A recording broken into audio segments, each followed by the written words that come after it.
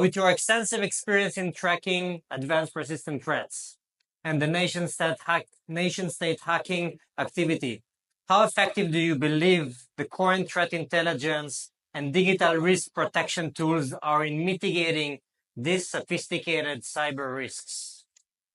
First of all, I would say these two products works great in like a synergy between them.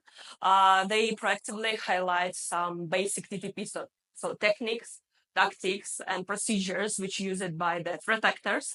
So you always aware what exactly hackers do, which time, and what you can expect from this hacker group. One of the main threats of threat intelligence, I would say, that's the early real-time warning. So when something happens, somebody sells the access or started speaking about the future attack, you will have the warning from the system saying to you this possible activity will be soon and you should be prepared on this. So in this case, it's really useful tool before attack will be escalated. But the European activity is like the same. They correlated a lot of stuff about the compromises, phishing activities in one place, highlighting to you again, without any additional noise which can be produced with this tool, as we are aware of. Second step, I would highlight another trait like actionable threat intelligence.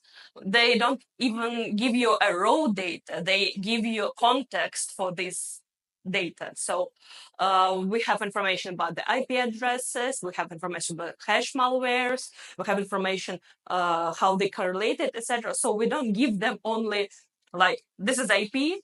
You should aware of what's happening. So the client will ask, why should I aware? So we do have this context. What exactly APT stayed behind this IP address, how they use it APT. Maybe there was a correlation with the particular malware. We know how this group used this malware. So where you should find this malware inside. And etc. etc. A lot of question answering when you have a context for this tools.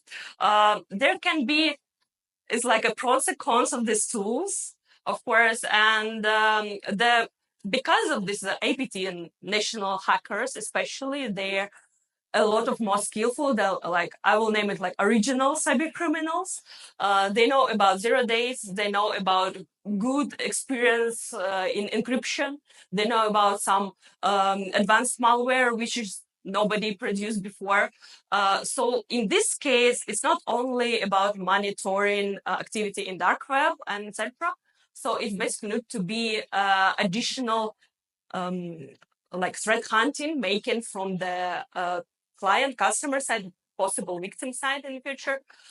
So we believe the correlation should be with two activities, like previous historical information plus real teaming and threat hunting activity. In these two correlations, like making a synergy, you will be aware of all involving threats that happens.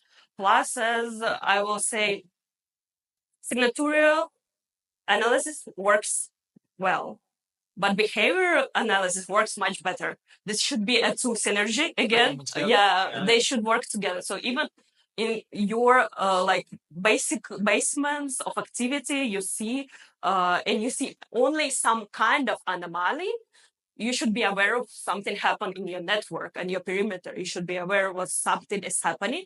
And unfortunately, most of the victims, this is a problem. They still using only signatures analysis, not using behavior.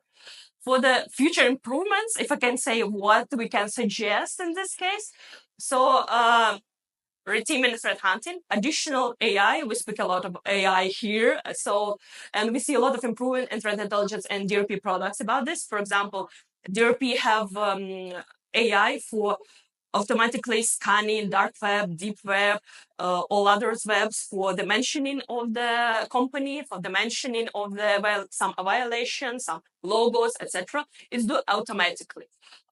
Because of threat intelligence can have a lot of different historical and nowadays data, and even analysts who working with this several years, it will be difficult to correlate these incidents.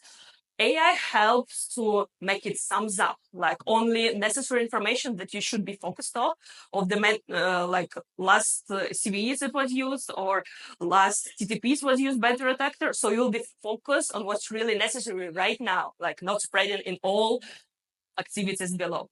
So these improvements makes much more effective these tools, I would say. And additional, I would suggest automatization. For example, some DRP solutions started using automatic response tools. When they see violation, they start automatically blocked it without like any additional improvement, checking, etc. So they do. It can be AI, it can be their automatic tool. So threat hunting, good threat intelligence, good red teaming, correlation. That's all work well. How do you, with all this information, Yeah. and I'm going to put the hat of the CISO for a second.